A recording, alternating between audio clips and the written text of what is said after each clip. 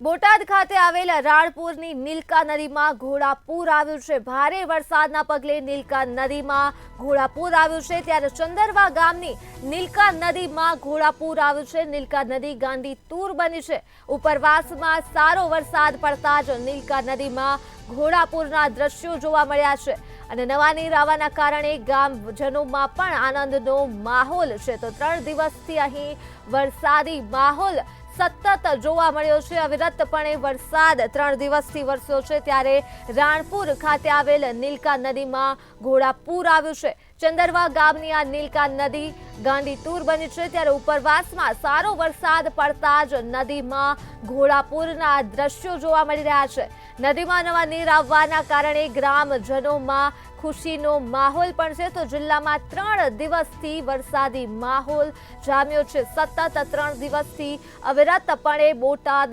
જિલ્લામાં વરસાદી માહોલ જોવા મળ્યો છે।